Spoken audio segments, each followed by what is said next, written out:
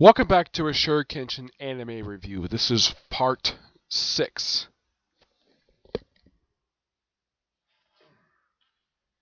Sorry about that, I had to fix that. This is reviewing the 2 anime movies that the series released. One is Rurouni Kenshin, otherwise known as, I think it's Rurouni Kenshin Rise the Patriots. I think that's what it's called. Let me look it up here. Because it's also known as a different name as well. Yeah, because even though that's the official name was released in English, it does have another name. Let's see if I can find it here. It is called. Well, it's not restoration of that. Let's see here. It is called Requiem for the Asan Patriots. Yeah, this one takes place like a year after the events of the series. Because it takes place in 1879, which at that point it's still Rutherford B. Hayes still as the president of the United States at this point. That's who was in real life. Yeah. The story for this one is that Kenshin and the group go to this town, which apparently is famous for its architecture, which a lot of people just stare at it. Not much for shopping, though. And they just happen to come across some sailors harassing, drunken sailors harassing a young woman. And of course, the woman's, I'd say her guardian per se, intervenes and saves her. Of course, Kenshin does take out one of the guys who happens to bring a rifle. The way these guys are dressed, I don't think these are Japan. I don't think this is the Imperial Navy. It kind of reminds me of the U.S. Navy, the way these guys are dressed. Yeah, I think it's the U.S. Navy. And a lot of them are dispatched pretty quickly. Sato tends to take him out, take a couple out pretty quickly, and basically tosses them directly into the police. Now, both films are done by the 2 studios basically who did the series. This one's done by Studio Gallop, the original studio which did the series. The second film was done by Studio Dean. Animation-wise, looking at it, I think Studio Dean does a little bit better job when it comes to animation. This one's the original story, the second one's just a retelling. And also, one thing I did not like about this film is the change of dub cast. I don't know why the dub cast is different than the actual series. Yeah, for one thing, Yanako sounds like an older guy. He sounds like a guy probably in his 30s, even though this kid's supposed to be 10 years old. In the actual anime, he's voiced by a woman. I'm like, why not bring that one in? The only one I didn't have a problem with was Kaio. I had no problem with her dub actress at all. Kenshin had a problem with it. Just basically Yanako. I had a problem with him. And Saito appears in this film. Yeah, Saito appears everywhere outside of the main series. He appears in this film, the following, and both OVAs. Yeah, it's great the fact this guy appears. He doesn't do very much in the film, but it's great to see the guy. And the story is apparently some kind of rebellion going on. And of course, Kenshin has to sort of convince the leader to put it down. There's also this crooked captain in the Imperial Army. Yes, there is a crooked captain working with a member of the rebels to secure weapons. Yeah, and this guy is also the one who gave him the weapons via the quartermaster. Yeah, and Saito's the one who found this out, which I appreciate him for doing that. Yep. Let's see, what else? Get a chance to see the fact that this guy is actually from Kenshin's. He's got a history with Kenshin because he did see Kenshin murder a friend of his when he was known as the Batosai.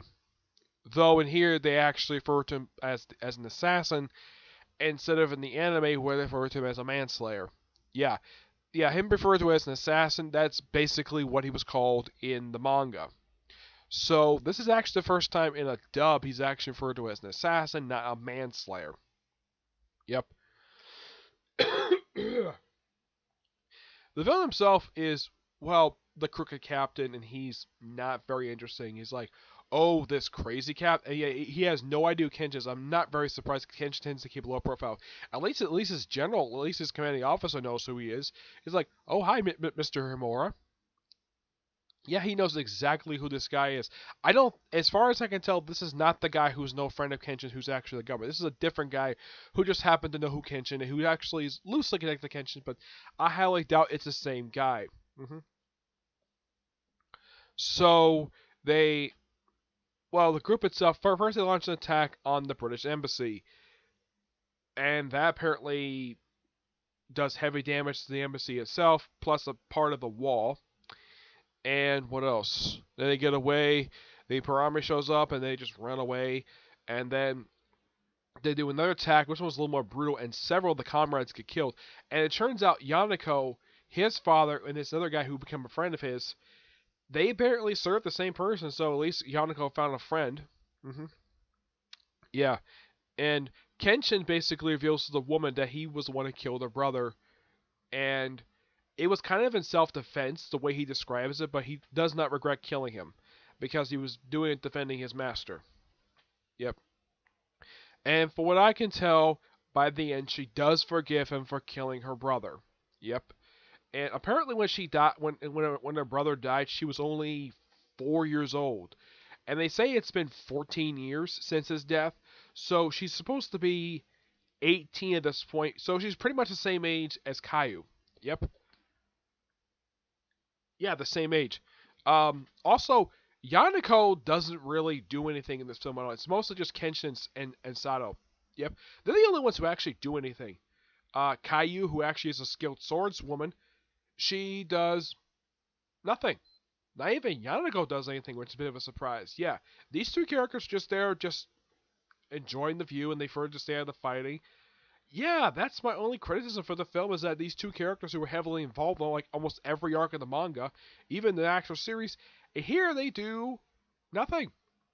The only thing that Caillou does is just escort the young woman away. That's really she has a good she strikes a good friendship with her, which I do appreciate the film actually developing. And the film itself is an hour and a half, which is a pretty good length for an anime movie. And overall, this is one really good movie. I do recommend it. The only slight problem I have is with the dubcast, is the change of dubcast, and the fact that Caillou and Yanako don't really do anything. I like the fact Saito takes out the contact in the rebel army. He takes him out pretty easily, which I do appreciate that. All right, so overall, the film I give an 8.5 out of 10. It's actually a pretty decent film. It's like the only problems I have with it, like I said, two characters to do pretty much nothing, the change of dubcast, and that's really it. That's the only problems I have with the film. Story wise, it's really damn good. I do appreciate it. Our next up is the New Caillou arc, which is actually split into two films. New Caillou arc Cage of Flame and arc Chirps of Light. And I was kind of expecting that um, Sensui, the main villain of this arc, I was hoping that maybe Steve Bloom would do the dub for this one. Nope, it's David Wade. I don't have a problem with the voice actor. The guy is a great voice actor, just that he doesn't fit Sensui because I love Steve Bloom's portrayal of the guy in the dub. It's like, why couldn't they just bring this guy? Why can't they bring Steve Bloom back to do the dub for this film? I don't really get it. And also, I only can find online like just the first part I can find dub. The other part I had to watch sub. Oh, and these parts, they're only 45 minutes long. Not kidding, 45 minutes. So, excuse me, combined, that's roughly, yeah, that's right. It's like an hour and a half movie just split in half for some reason. I don't know why they did this for, but they did. And there are some slight differences from the actual original story. And of course, Wade told the enemy. For one thing, Saito only encounters Kenshin like roughly once, and they don't even fight alongside of each other. Heck, they don't go to that village, yeah. And that village scene, it's very condensed down. The guy who was in charge of the village, yeah, he's nowhere seen in this anime. Nowhere. Yeah, he just, okay, Kenshin just arrives, no problem. Oh yeah, and Yanako actually wears a robe here. It's actually one of two times she see her wears them aside from her actual outfit. Though I think in the original anime she was actually naked. She was actually in the hot spring with Sensui. So Kenshin fights the guy, and of course the fight itself is pretty quick. In the anime it was actually much more longer, and here it's really quick. It's like roughly 5 minutes. It's like, oh, we have a quick sword fight and the sword breaks. Okay, then go visit the swordsmith. Swordsmith kind of turns him down, and oh yeah, and the I think it's a chicken head, a guy with the chicken hair. Yeah, he appears like roughly like you see him show up, and then next time you see him, he's with the kid. Like what? If you didn't watch the anime, you're like, when did he get the kid, and when did he find this out? Yeah, it's like several different plot holes in here. Though he does have a really good fight with Kenshin, which it's pretty up to par with the way his fight with Kenshin is in the anime. And Masao was the one who rescues the boy. Though I don't think that happens in the actual anime itself. And also, Kenshin does not exactly in the anime look at the sword before he takes it out, like before he takes it up fully. Like in the actual anime, he actually looks at the sword after he uses it, like, oh, it's a reverse blade. And of course, like in the anime, the handle does break, though it breaks differently. It's like it breaks like right after, right when it's on that cloth. Though the one thing that this particular thing does not do, doesn't even show this, either in the original anime or in this, they don't show the swordsman putting the handle of Kenshin's original reverse blade on this one. Yeah, they don't show it like, oh, it's got put on there. They don't show it at all. That would have been interesting to see, but nope. And then of course, and Saito himself, here's the thing. He only encountered Kenshin once the entire time when he was rescuing him. The rest of the time he was interacting with Sato, and he got along with him better in this one. At least this one he wasn't like stabbing to the top of the coach because he thought he was annoying. And he encountered him after he spoke to the chicken head. I don't remember the guy's name. And also Kenshin took out his eye, even though in the original story he never did. He never did do that. What else? Oh yeah, when they introduced the blind swordsman, he's only seen once. Unlike in the actual anime, he's seen several times. Here he's seen for one scene, and he interrupts Soshui and Yanako having sex. I am not kidding. He's having sex with his girlfriend, and he just interrupts them. He's seen once. He's seen like roughly like one at a time, and apparently he's killed off screen. As for who kills him, never revealed. Yeah, it's like they were cutting corners with this one. It's like cutting out. Yeah, if you watch it, so like what? Yeah, there's several different plot holes in this one, and the way this thing starts, it's like starts after the Secretary of Interior's death. Yeah, it starts like right after his death, even though in the actual story it starts well before that. They don't even show his death at all because, well, this is told from Masao's point of view, and Kenshin does do the whole eye popping thing like he does in the actual thing, and Masao pretty much is portrayed pretty much the same as she is in the original story, though. And as for Senshui's men, the former government official, he's nowhere seen. The only part of his men actually in here is the blind swordsman, the former monk, and the giant. That is it. They're the only three characters seen. Of course, Kenshin's master does fight the giant, but it's not very long. No, it's like really quick, and apparently the fight is settled off screen. Oh yeah, and the rest of Senshui's group, they don't appear in this thing at all. As for where the heck they are, never revealed. Oh, and also Senshui died someplace else. Unlike in the actual anime and the manga, he died in a mountain. Here, he died in the ship. Okay, I don't really know why, but he did. Oh yeah, and apparently his head sliced in half, even though Kenshin's sword could not actually do that at all. Oh, and also in the actual original story, he burned to a crisp. Here he just died, and Yanako didn't actually get stabbed by him like she did in the original story. Yeah, it's weird. The cutting quarters thing. I like some of the changes they make. It's fine. Like Senshui having sex with his girlfriend, that's fine. I don't have a problem with that because they generally do love each other. But the only slight problems I have with this film are the various plot holes and the fact that the thing is split in half and instead of being released as an actual full film. I don't know why. Oh yeah, and one other problem I have with it, besides from the plot holes and the split in half, is the dub actor. I don't have a problem with David Wade. I kind of wish they brought in Steve Blum, because Steve Blum, he basically had a. It seems like when we listen to him in the dub, it seems like he had a blast voicing this character.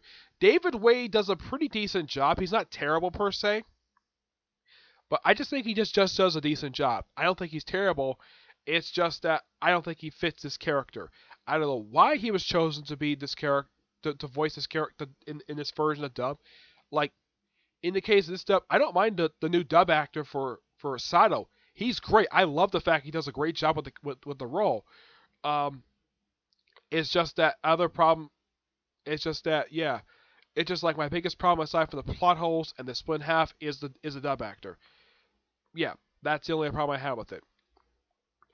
Aside from that, that's really it. So that's it for this part. Stay tuned when I get a chance to do part 7. We'll talk about the live action films. Yeah, that'll be for now, my last video that I do for this series. As far as I know, I'm not really the only I might do another video after live action films if I decided to. Well, if I decide to talk about the Rurouni Kenshin light novels. There's like 3 of these things. Yep. And of course, there's also 2 Bushirukan light novels. But otherwise, though, for Rurouni Kenshin, aside from the live action films and the light novels, the only thing left to go because I did get done the continuation of the Rurouni Kenshin manga. I got that done. There's only 2 chapters released, so I got them pretty quickly. And all that's left to go for manga wise is just the reboot series. That's really it. So roughly just a few things left to go for Rurouni Kenshin, and that's really it. So until I see you on my next video, which the next video I'm gonna do is gonna be I'm gonna talk about the next part of the Attack on Titan anime review, where I talk about the first animated film for Attack on Titan, which is a recap of the first season. I'll get my thoughts on that when I get a chance to watch. Okay, but until I see you on my next video, bye.